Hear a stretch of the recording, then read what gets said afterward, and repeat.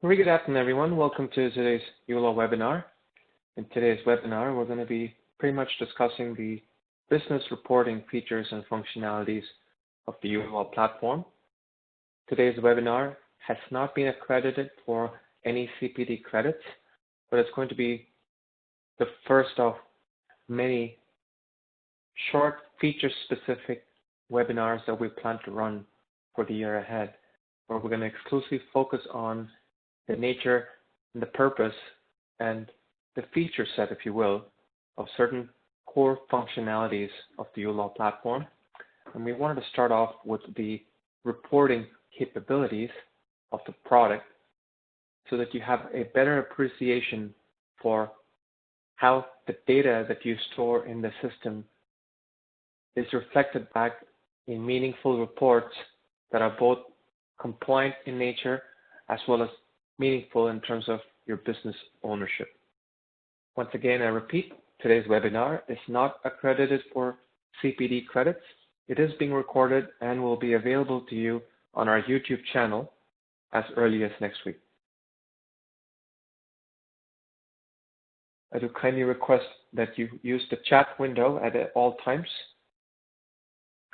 to ask any specific questions that you may have with regards to the platform or the specific questions that we might come up with as we move through the presentation.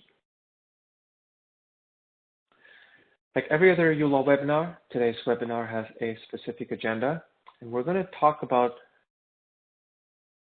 the business reporting capabilities, as I mentioned earlier, but then get into a deeper dive in terms of the different function areas and the different purposes of these reports, whether these are reports that are related to your client or at a contact level, such as a source of contact or an aging report that is very specific to a client. It could be related to matter level reporting, which gives you the ability to do a quick timeline of the matter itself, or could be certain specific compliant nature documentations or reports such as ledgers and journals. And then comes into the accounting aspect, which are compliant and non-compliant. Compliance around your ledgers, your journals, reconciliation report, which we've covered in many of our previous sessions. But I'll also highlight and have more focus on certain business-specific reports. That could be starting with your balance sheet, your profit and loss, your revenue report for that year, your expense report, your aging report, your balance sheet, right? So there's many different reporting capabilities that are built right into the platform that we would love for you to take advantage of, start to run these reports for your own businesses if you are a current user of the platform, and of course benefit from the information that you can gather out of generating these reports. Then there are the time-based reports.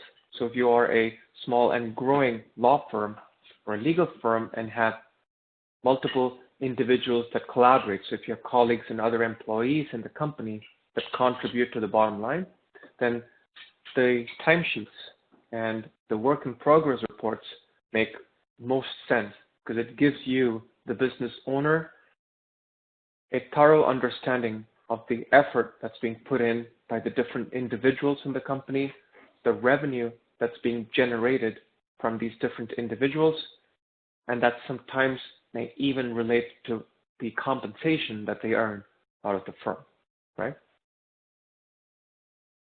Now, specific to today's webinar, we have some additional key capabilities that we've included in the recent, I would say, as early as this week, that I would love to showcase to you. Some of the very important capabilities that allows you to take immediate actions based on what you see as an analytics or a report item. And of course, we'll complete the overall reporting capability with having a better appreciation for your overall categorization of your matters, whether that's active, closed, or archived, and how that saves you time and money to focus on the important active matters. I'm going to run through these slides real quick so that I can set the context, but then, of course, jump into the uLaw platform to walk you through where you navigate to find these reports, how effective these are as we walk through a workflow as well.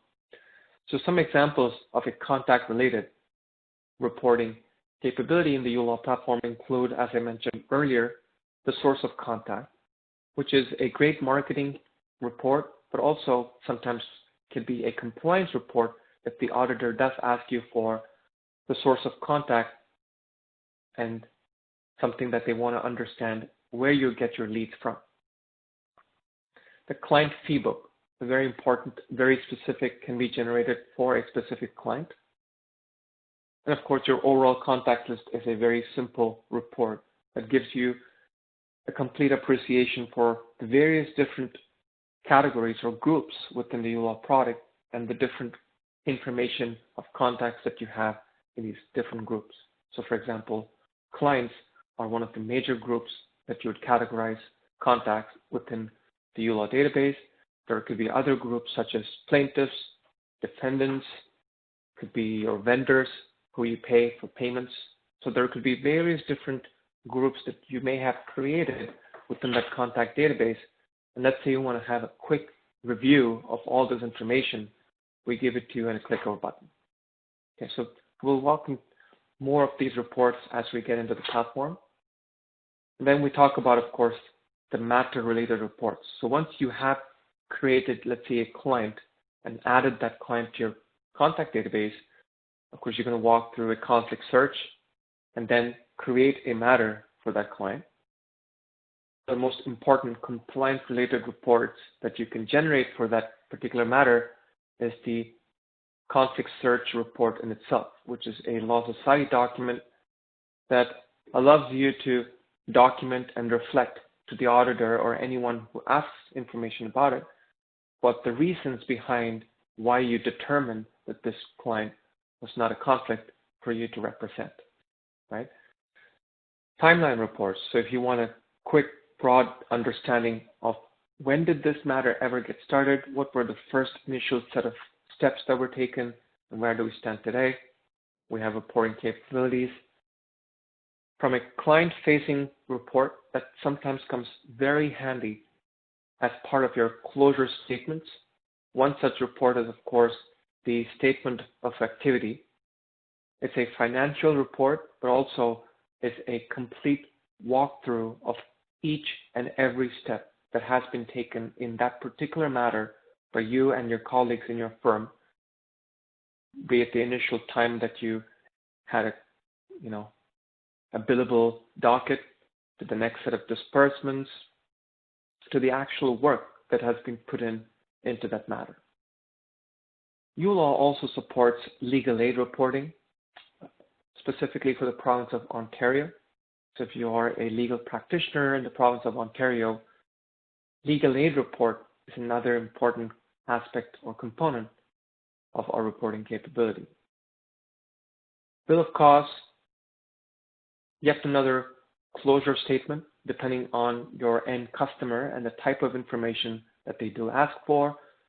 Sometimes it's a combination of the statement of activity and the bill of costs, along with a closure statement letter that comes in really handy for you to completely articulate the work, the money that's being charged, the money received, if pending, anything that's left to be paid, everything that gives you a good historical perspective from start to finish of that particular matter.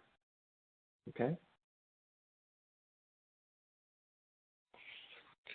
Now, being a legal accounting software, as well as a practice management software, I'm sure you would appreciate the fact that there's a lot more of emphasis provided towards the accounting level reporting capabilities of the platform, and more so because of the compliance nature built right into the platform. We have quite a few of those compliance documents built in, whether that's your ledger documents or reports, including trust, general, whether it's your journals, again, trust and general both, depending on your situation. The balances. Often auditors, we find, ask you as the legal practitioner for the trust balances. So that's an important report Sometimes if you're doing this manually, or if you're not using a system of record, it could be a very strenuous manual task to generate that trust balance report, because it really needs to articulate the last modified date and the actual balance left in each of the client's trust balance. And from, let's say, jurisdictional reports such as Form 9As for the province of Ontario, 9Cs and others, and you could also have business-related reports right within that same user interface, including your jurisdictional taxes. So if you're in the province of Ontario, we also calculate and generate a report that reflects your harmonized sales tax, your HST. If you're in other provinces, of course, we generate the GST and PSD reports. The fee book, a great example of the overall fees collected, including dockets and disbursements.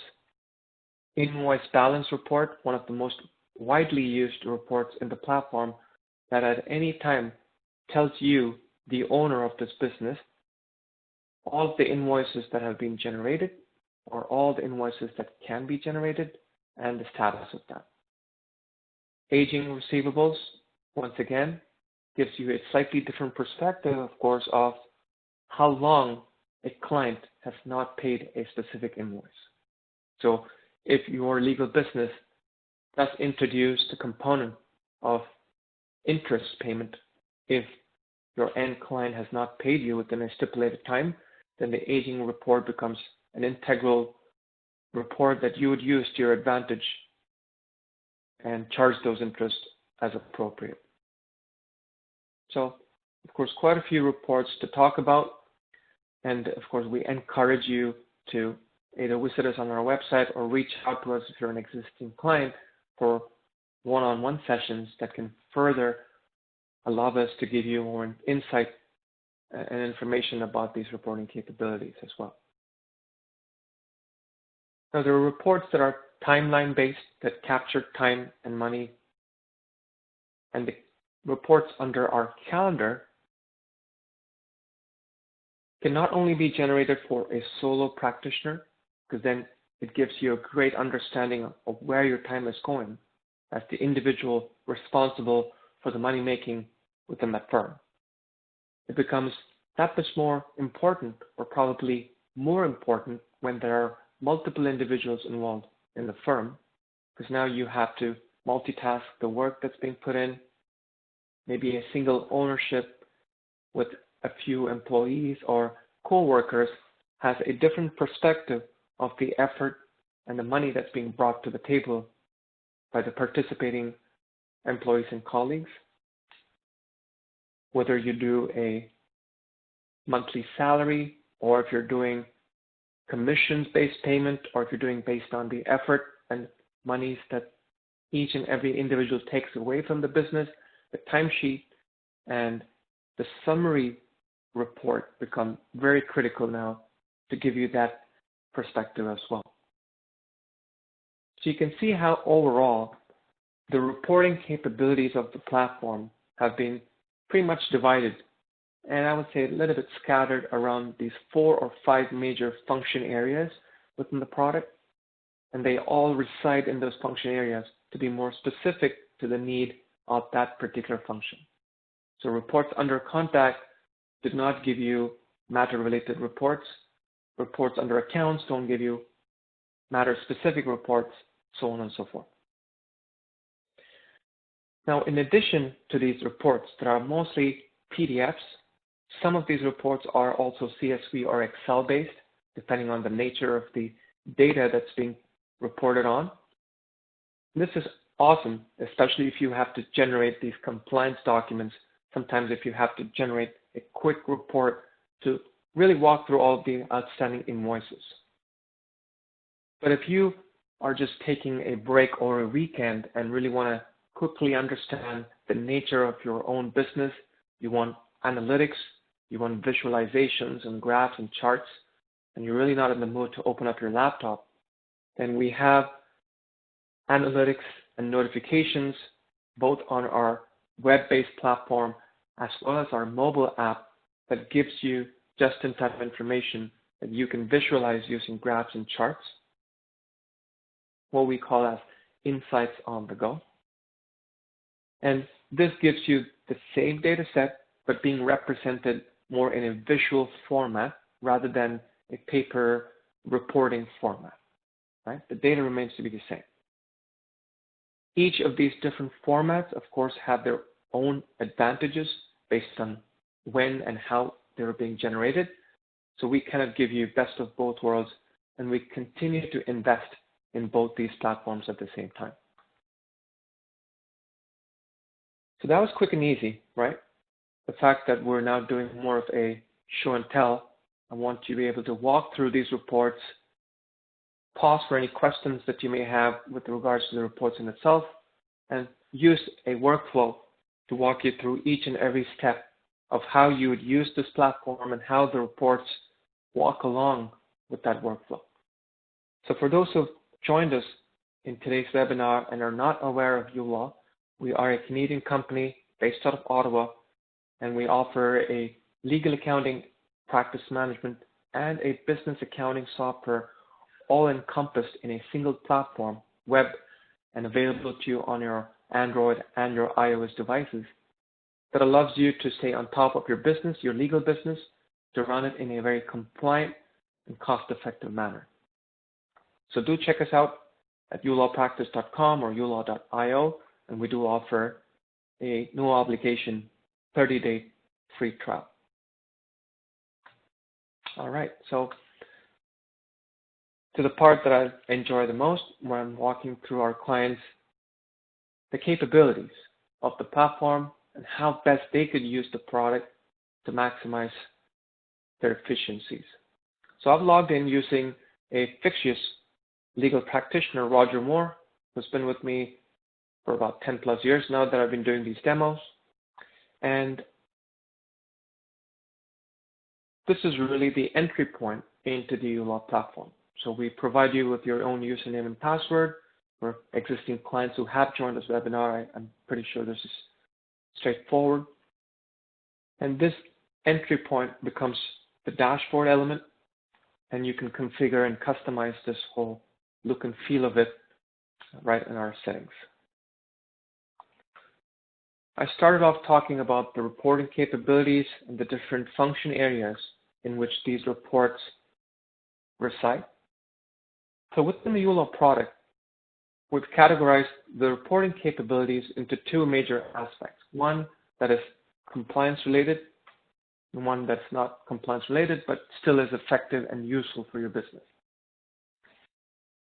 Whenever you enter into a function area, such as contacts or matters or accounts, you would be visually introduced to this compliance button that tells you the different documents and reports that you can generate that are compliant in nature, Law Society compliant in nature. So if you're generating, let's say, a source of contact report, which I mentioned earlier, if you want to generate a report for this time period, and this is pretty much, it's the same look and feel and what you should expect while generating a report in the uLaw platform. Traditionally, you're introduced with asking, what date range do you want to run this report for, and what format do you want to run this report on? Is it a PDF document that you're looking to generate, or is it an Excel sheet? And not all reports come with this flexibility. It really comes down to the nature and the data that's being reported. So if I were to generate a source of contact report for the month of January for 2021, and the good thing about the cloud-based platform is that as this report is being generated, I can actually work on other things too. So let me open up this source of contact report. And you can clearly see so far this month, there are 4 contacts that you've added, Mr. Ty, Ginny, but they have not been categorized. So that report gives you a bit of insight. So if you really don't know where your clients are coming from, of course, then you need to help yourself by adding that added information. And maybe at the time of client intake, you didn't have the time or didn't have the information, but you can always use that report. And now comes the aspect where you use the data that the report and the information that it's telling you and now act upon it. Coming into Thai, you edit the contact information and you see where it says source of contact. So that's where we're asking you to help us understand, how did Mr. Thai get to know your legal firm? So let us say this was a family or friends referral. You can always add the notes.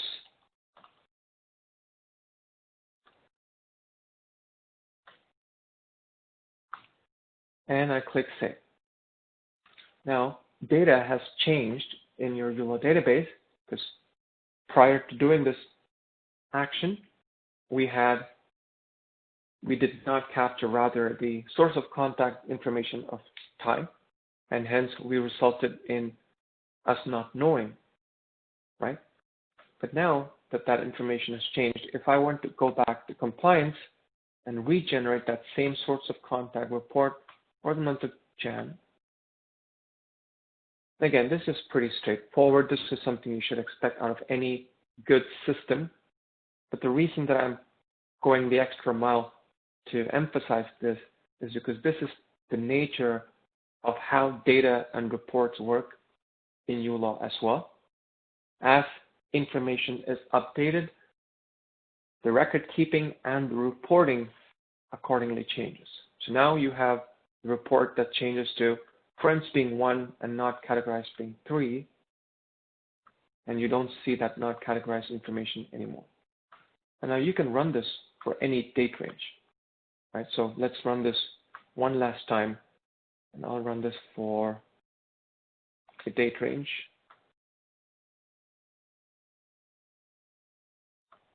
For last year.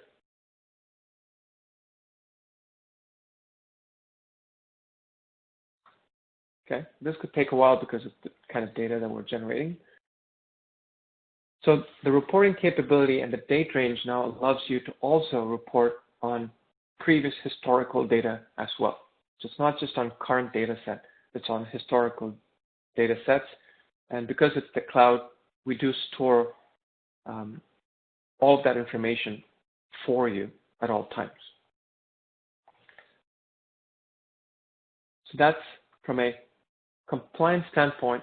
We have, let's say, the conflict check report, the client fee book. That's very specific to the client that you're in. Now here is the yearly report. And as more data gets fed into the system, this is what you should expect as well, which is a pie chart view of the overall spread of where you've got your clients in the previous year. So in the year of 2020, we've had about almost 34% from others, which we don't know what it is. That's why it helps also. And using this report, you can be better prepared for 2021, saying, I will no longer mark it as others. I will mark it as something more specific so that it makes sense when I review this report, right? So you had almost 408 non-categorized. That's the spread.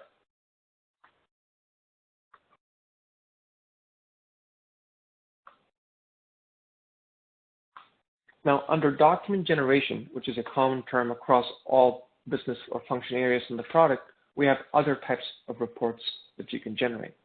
So for example, if you want to generate the list of contacts, you can generate it specifically for this individual.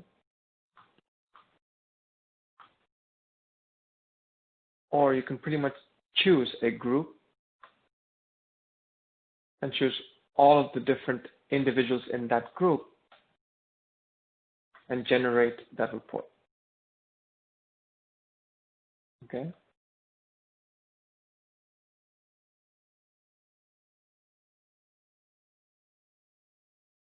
So you've got the different individuals, Mr. Simon, Mr. Alex, all of the information readily available to you.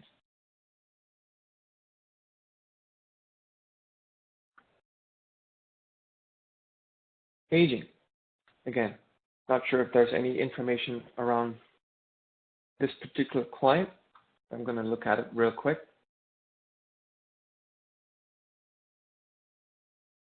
As you can see, there's no record of any outstanding invoices, and hence doesn't make any sense. So we'll go into the matter.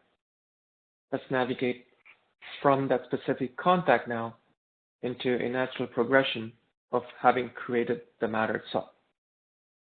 So here is a small claims matter between Ty and Mark. And you can see right now that there's a specific projected balance, or there's actually a retainer that has been received of $700. And you can see it right away. You've got a $1,000 retainer. There was a $300 disbursement, a trust check that was written out. And there was actually another fax for about $100 or $113. And if I click on the previously generated invoice, which is, for lack of a better term, a report in itself, let's reprint that invoice. You get a quick idea of where we left off this matter last. You can see there was a fax of $113. There was a retainer of $1,000 with another $300 being taken out, and the $113 being taken away from $700. And comes the important aspect of our question mark, which also tells you the status and the reporting aspect of this particular matter, which is if that money has been withdrawn, and you can clearly see withdrawn from trust is $413. So the 300 plus the 113 has already been moved from trust to general. And what compliance documents can you generate for this? So you can see these are all the matter-specific compliant documents that are not yet touching the financial aspects. So for example, from a client intake perspective, there's a client ID verification report, there's a client intake document. So if you don't have your own template for client intake, you could pretty much repurpose this report or document. There's a conflict screening report, very important compliant document. So for Ty, it gives you a simple PDF document that you can fill out. This is the template that the Law Society starts you off with, of course. And it's an editable document.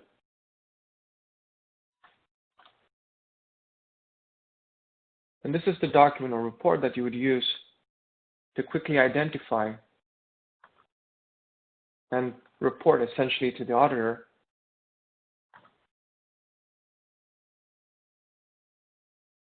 on conflicts when search on the legal accounting platform. Okay. You can say PDF attached. And along with this report, you can actually attach the conflict screening document that you get out of uLaw. You can say there was no conflict, did not refer them, did not decline, because you did. And you can just sign this document and file it against this. If I were to generate a statement of activity, one of the things that we mentioned does have a financial component to it.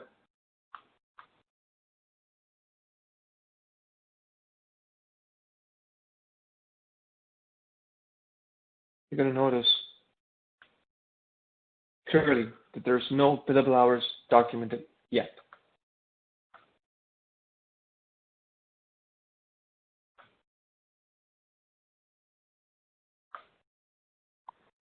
But if I do my statement,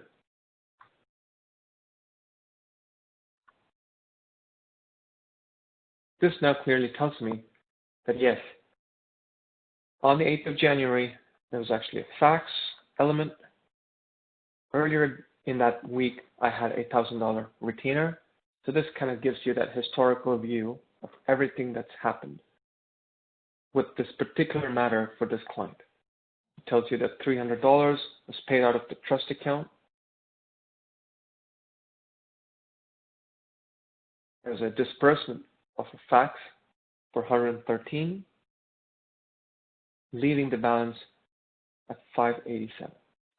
So this report clearly tells you what has happened with this particular matter right away.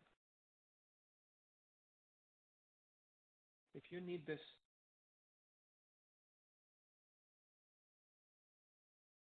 in a specific Law Society ledger journal template, then you can also generate that under a statement. If you want a trust statement, let's just generate that. But this is, again, keep in mind, very specific to this particular matter. All right, so I can see that maybe my voice is a bit low. So I'm going to try and speak up a little bit, and hopefully this is better.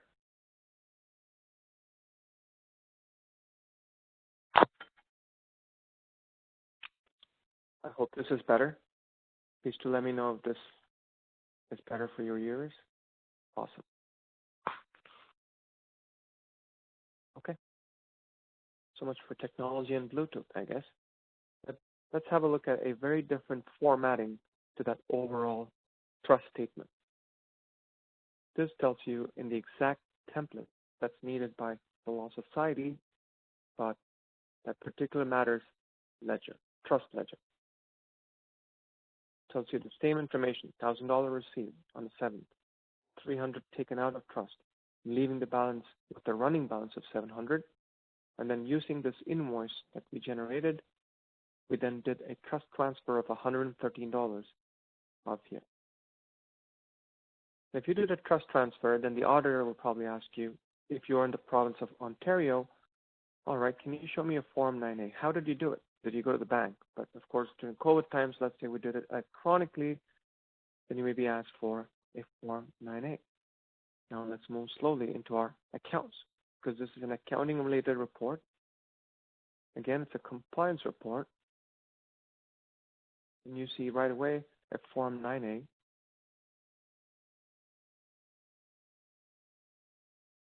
And if I were to generate that form or the 9A report, of course, it's going to list out all of the matters for which I've done a electronic trust transfer.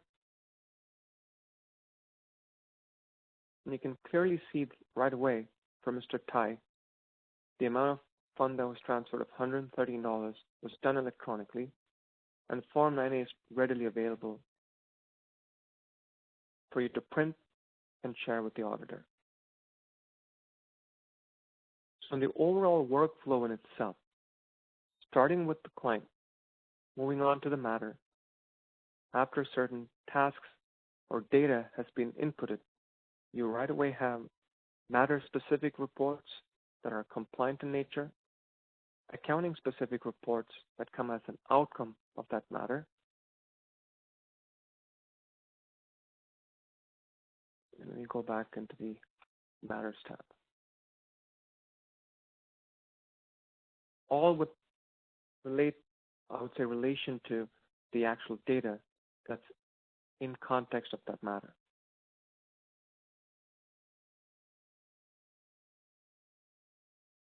Now, I wouldn't really call it a report, but another set of documents that you can potentially generate out of the matter are, of course, your court forms.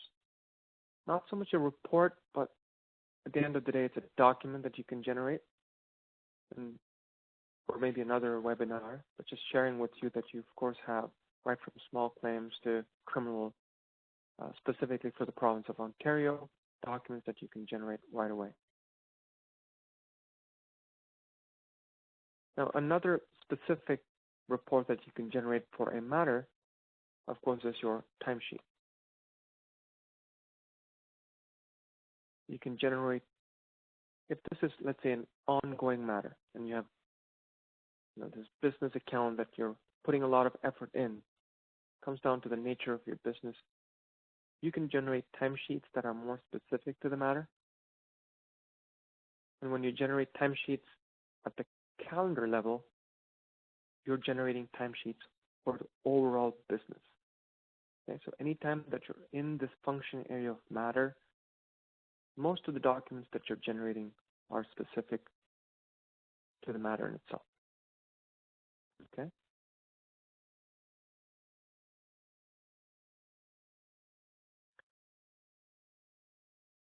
We spoke about legal aid. Of course, this is not a legal aid matter.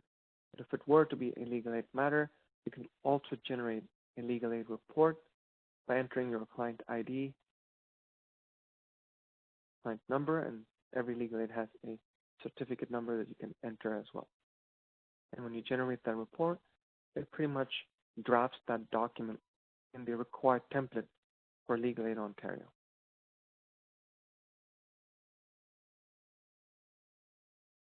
It clearly tells you the legal fees, the disbursements, so on and so forth. So once again, before I move on to the next set of reports, reiterating that we looked at the report capabilities that are both compliant and non-compliant in nature. If they're compliant in nature, you have it right under the compliance box. For others, you would have them under document generation, under reports. Likewise, under matters, you have compliance-specific reports, and then there are the ones that are not, under document generation.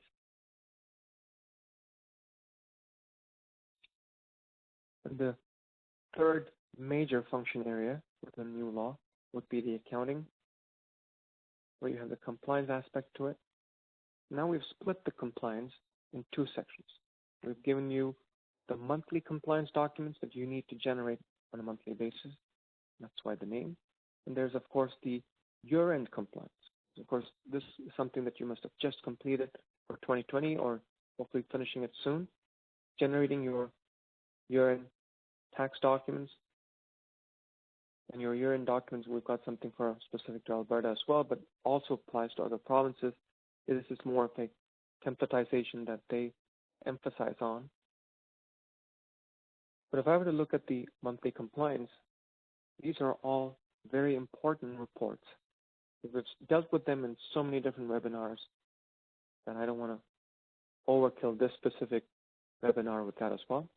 But if I were to generate trust ledger or journal, this is not now specific to a matter. This is more for the entire business. So for the entire month of January, across all the matters that I've done in my legal business, I'm asking uLaw to generate the trust ledger.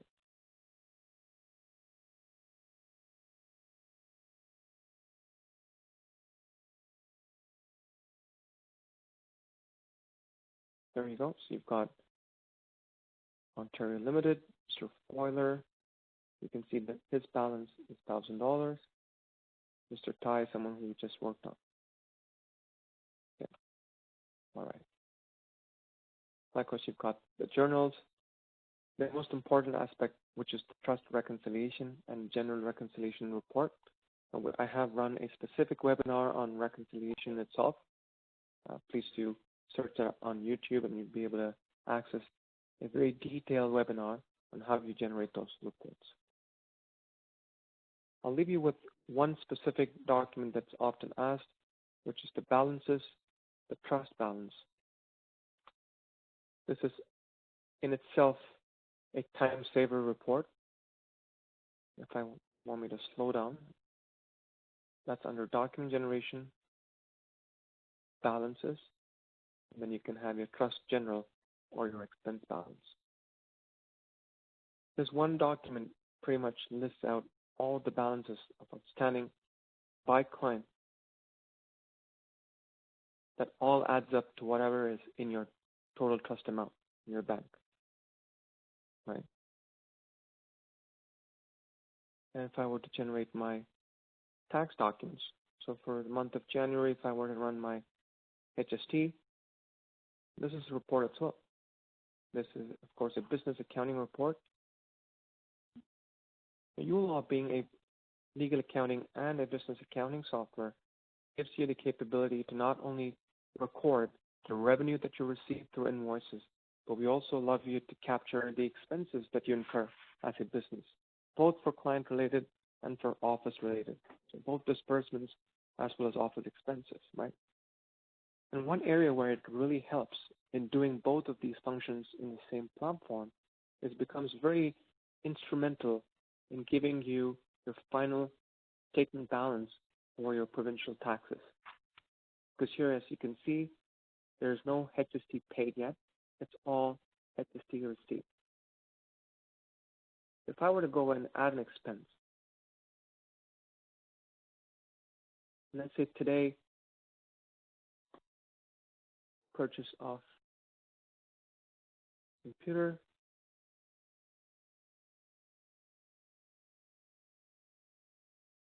I'm going to say this was $600 before tax. We calculate the jurisdictional tax. We say I've paid this tables, and then I'm going to say I paid it out of my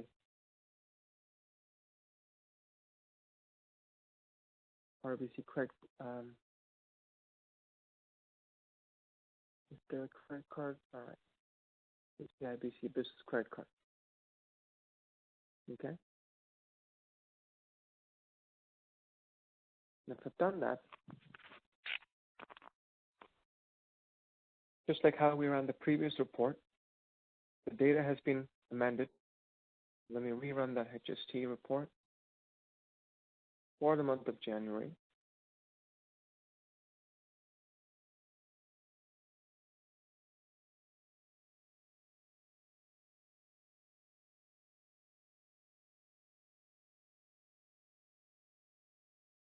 Now you can see that $78 of HST paid has been captured for purchase of computer today, resulting in a slightly different piece of information.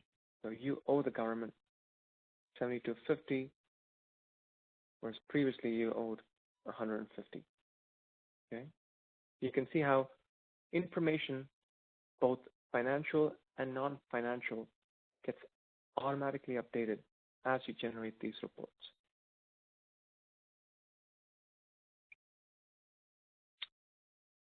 Probably shouldn't have closed it.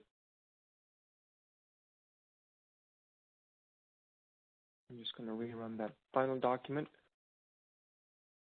before which I'm going to introduce you, after which I'm going to introduce you to a few areas that are pretty new to the platform, a little more of an intriguing set of reports that gives you different perspectives of data that allows you to act upon. Okay. As we generate that, I'll focus your attention back to our dashboard. So for the longest time, we've had this dashboard element, invoice pending matters. The invoice pending matter is yet another dashboard element, which is a reporting dashboard element that reports to you all of the invoices that have not yet been invoiced, or rather, all the matters that owe an invoice today. So you put the docket in, you put a disbursement in, and you've not yet generated an invoice. So for example, immigration to Canada, let me click that particular matter, and it's going to take you right into that matter. And the first thing you'll notice, something most evident every time you open a matter, is the status here called invoice pending. Of course, you can always click on it to see if there are any previous invoices that were generated.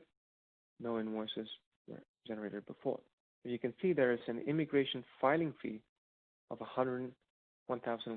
So you've done this work earlier this month, but you have not yet generated an invoice. And that's what we're reminding you right in this dashboard. Typically in the past, before this new function was released, what would happen is our clients would have to come in, of course now click on the invoice button, right, review the matter, and then come into the invoice, and then generate that invoice. Instead, what we've done is right under the dashboard, if we know that this is the situation, that an invoice should be generated and you haven't, we've introduced this new icon. And if you click that, it allows you to generate that invoice right from the dashboard. You don't even have to navigate into the matter You can do it right from the dashboard element itself.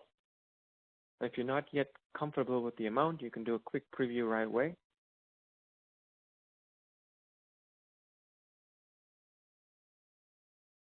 And then if you like what you're seeing, you go back into the Immigration to Canada matter, and you just go ahead and invoice.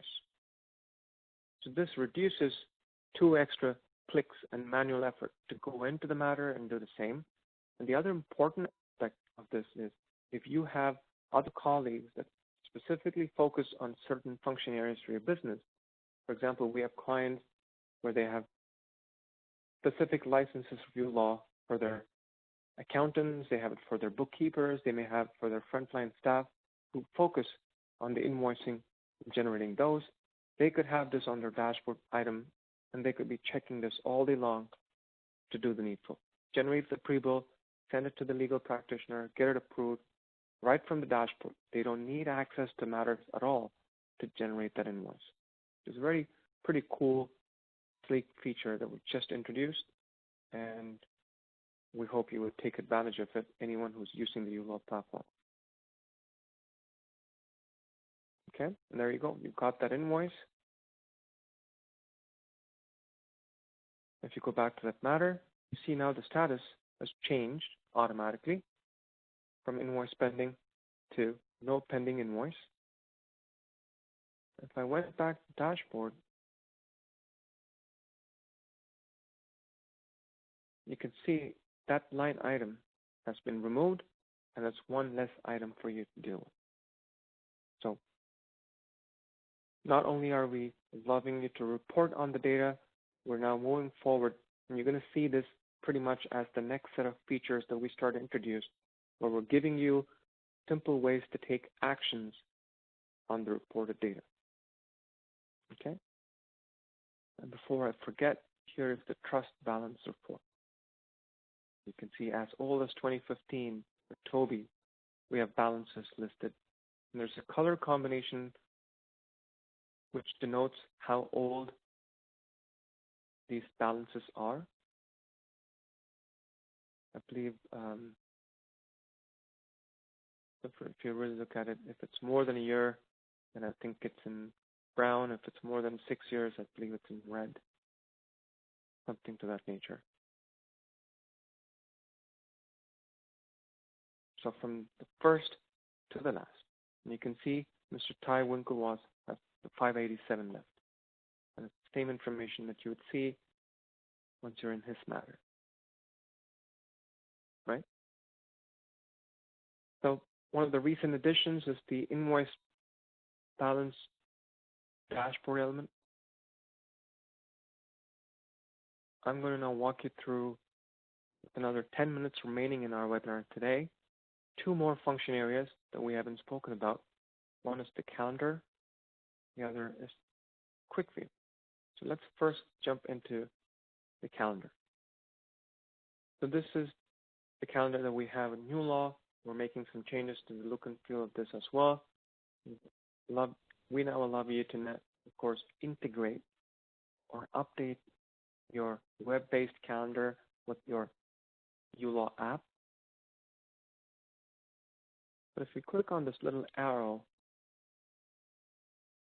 I know it's a bit hidden, but if I were to go into my action button here, this is where I can generate time-based reports. So I could do a timesheet by employee.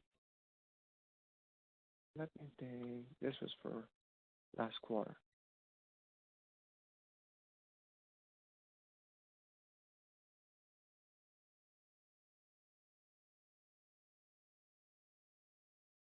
I'm going to generate for October, November, and December of 2020.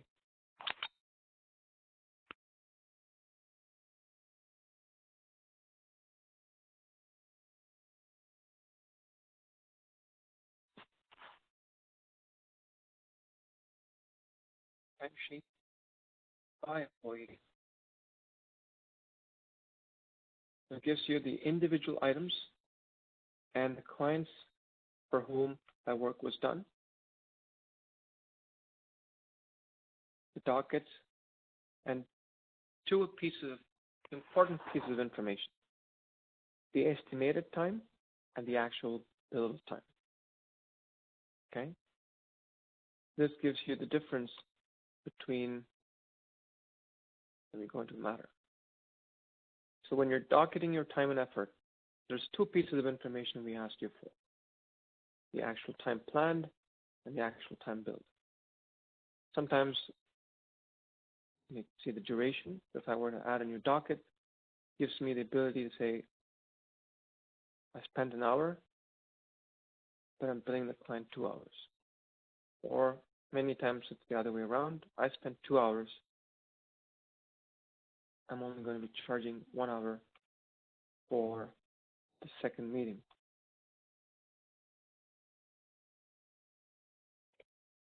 Okay? That's for this immigration to Canada matter. That's exactly what this is capturing. But the importance of this is that we also give you a final summary. We could see the total billable hours was 87 hours. The estimated was 109. Something for you to think about. Right? You had estimated 109, but you only billed 87 hours. So a conversation to have been had. Now here is the quick split up between the different roles that people have within your company. So you could have legal practitioners or co-workers, as we call them, within the uLaw lingo, all adding up to those 84 hours. Whereas assistant is a different role that we set up individuals in. And within the roles itself, you have individuals' names. You have Roger Moore, who is the main legal practitioner, with estimated 108, but only billed 84 hours. You have the assistant, Thomas, with planned for 30 minutes, spent 3 hours. So this is one angle to the overall timesheet. If there aren't any other employees but yourself, then we see this line item. Do not see this. Yes. Another angle to this whole reporting on time is the money. Now I'm going to say, what's the revenue by employee? So that same big range.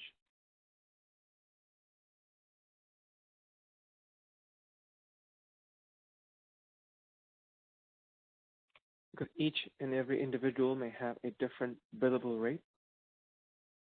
Some matters may have been fixed price.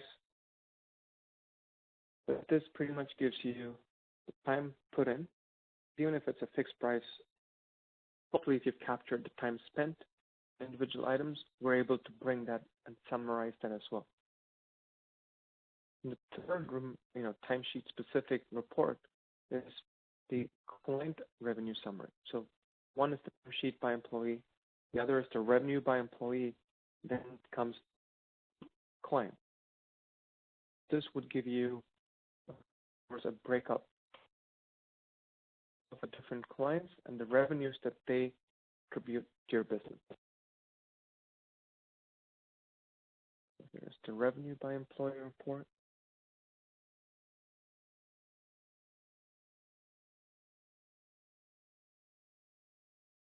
I'm going to cut to the chase. So you have this added column called revenue. You can see Roger Moore and brought in a revenue of $33,000. Thomas, that time spent, pretty much brought in $225. So the remaining time between, of course, the 56 hours billed and 84 hours, those 28 hours were probably spent towards flat fee workload. And here are the different clients, the revenue they bring in this particular time period. Okay? You've got 3 reports right under the calendar sheet: revenue by employee, revenue by client.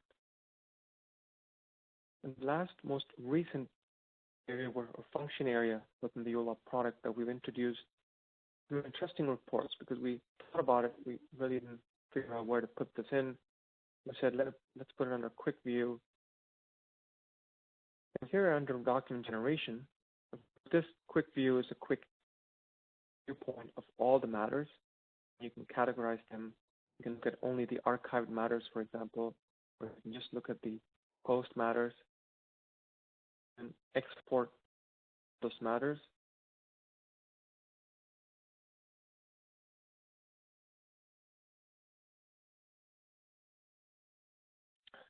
There's a quick question about the trial copy in the compliance tab or document generation not always available.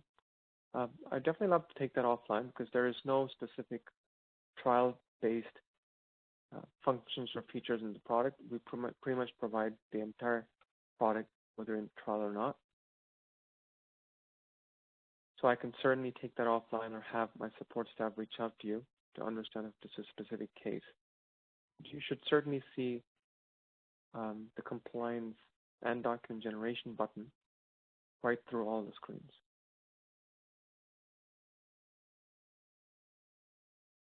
Okay, so the last area that I want to talk about is the quick view. And there are two major important documents that we have here. One, of course, you can print the entire matter list. This is sometimes asked in an audit. Not always, but sometimes you are asked for a matter list, so you can print all of your active matters that are being created in a specific date range. And then there you go. You can generate that. Even when the auditor is asking you for it, you know where to go get it. Okay? Clearly tells you here are the 6 or 7 matters that have been generated in the past few weeks. That's pretty straightforward. What is really interesting is the work in progress and the work in progress disbursement. So just a couple of more minutes. If I go into my work in progress, this is an interesting report that tells you all the work that you've been putting in this particular time period, but have not yet generated or have not yet accounted for. So for example, you can see for the immigration to Canada, we put in the unbilled 1 hour. It tells you right away, you can actually go ahead and generate that invoice. For the federal matter, you can see there's a unbilled flat fee. So this is the work in progress. We go one step further and also give you work in progress disbursement. So if you've already spent the money, but have not yet reflected that in an invoice, that would unfortunately reflect in your expense as part of your balance sheet if you have not recovered that expense. You can see that's fantastic. You do not have any disbursements that have as work in progress. You've pretty much caught up on all disbursements. These are two very important reports, the work in progress for all your dockets and your work in progress disbursements. The last thing that I want to highlight is the analytics under work in progress. This is, of course, when you have the time over the weekend one more time, this gives you some pretty crazy analytics. So if I were to run, say, my client analytics, I can even do a quick compliance check. So how compliant am I as of today? Let me just run a client analytics just to give you a feel for the type of report that this provides. The data in these reports may be something that you haven't really pondered much. They're not compliant in nature. It gives you a slightly different perspective about the data in your business.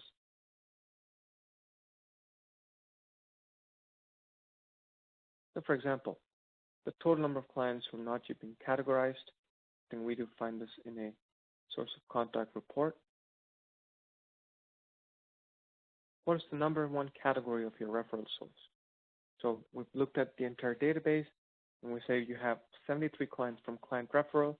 That's your top channel from which you get clients. So now what you do with this piece of information is, of course, very specific to you. You might spend more time and effort to encourage clients to refer you to others. You run a referral program. The number 2 source would be advertisement, and all this comes from how you categorize the source of contact. Total number of clients acquired in the firm. Not sure if you've ever thought about it.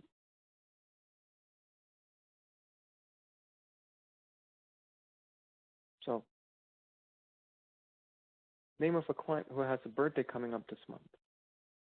So, Jonathan had his birthday on the 15th of January, turning 42 years. So, do you use that in a birthday card that you send out if this is an active matter? Okay, Jan 4th. So, this is, again, information that's more specific to your business based on the data that's in.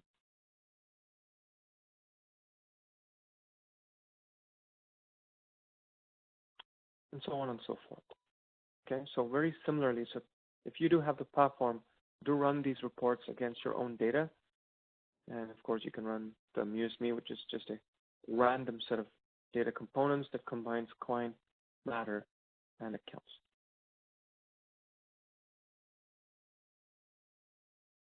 And feel free as you walk into each of these function areas under document generation, we have a specific category called reports. So it's balance sheet, trial balance, revenue expense reports, a quick P&L, or even your invoice balance.